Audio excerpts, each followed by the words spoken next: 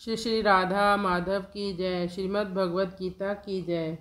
हे कृष्ण करुणा सिंधो दीन बंधो जगतपते गोपेश गोपिका कांत राधा कांत नमोस्तुते।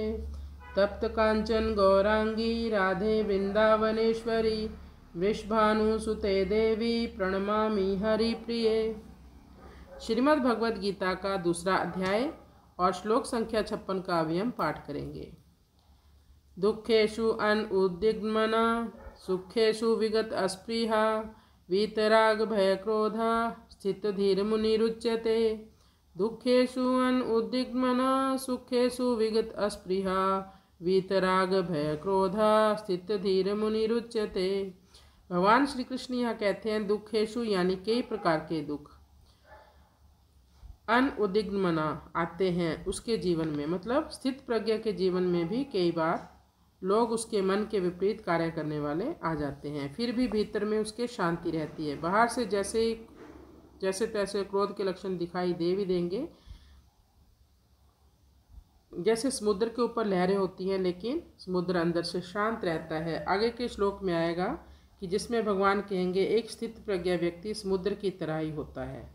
कोई भी दुख आने से एक स्थित प्रज्ञा व्यक्ति रोता चिल्लाता नहीं है। वो जानता है ये सब चीज़ें नश्वर हैं, मैं शाश्वत हूँ। कुछ मिल भी गया तो भी कौन सा आत्मा का उद्धार होने वाला है। अगर कुछ चला भी गया तो फिर भी क्या मेरा क्या गया, सब भगवान का ही है। मैं तो हूँ ना, भगवान तो है ना मेरे। जो चला गया वो जाने ही वाला था। नित्य काल तक कोई साथ रहने वाला नहीं है, चाहे कोई वो व्यक्ति हो, चाहे कोई आपके पास वस्तु हो। संसारी व्यक्ति सुख को पकड़ना चाहता है, उस पकड़ने के कारण ही दुख में तो दुखी होता ही है, सुख में भी दुखी रहता है। संसारी व्यक्ति हमेशा चाहता है कि सब मेरा मान करे, पर ऐसा लंबे समय तक कभी नहीं होता। जब तक आप उसकी धारणा पर ठीक उतरोगे तभी तक लोग सम्मान करेंगे आपका।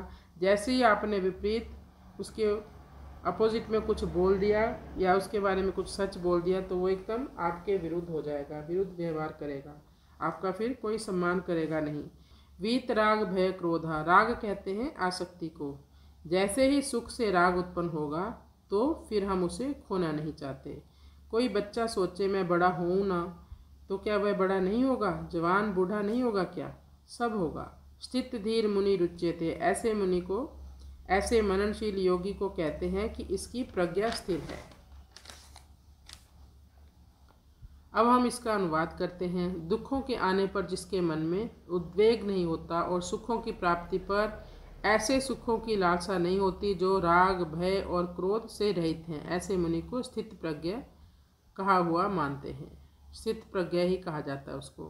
कृष्णाय वासुदेवाय हरे परमात्मने प्रणत क्लेश नाशाय गोविंदाय नमो नमः। गीता में अर्जुन ने जहाँ कहीं भी क्रिया की प्रधानता को लेकर प्रश्न किया है, उसका उत्तर भगवान ने भाव और बोध की प्रधानता को लेकर ही दिया है। कारण की क्रियाओं में भाव और बोध ही मुख्य है। भाव और बोध के अनुसार ही क्रियाएं होती हैं। जैसे अर्जुन ने 14वें अध्याय में पूछा कि गुणातीत पुरुष के आचरण कैसे होते हैं, तो भगवान ने भाव की मुख्यता को लेकर उत्तर दिया कि उसके आचरण समतापूर्वक होते हैं, जैसे स्थित प्रज्ञा के होते हैं वैसे ही। तो अर्जुन ने तो स्थित प्रज्ञा कैसे बोलता है, ऐसा क्रिया की प्रधानता को लेकर भगवान से प्रश्न किया था, पर भगवान भाव की प्रधानता को लेकर उत्तर देते हैं, क्योंकि क्रियाओं में भाव ही मुख्य है।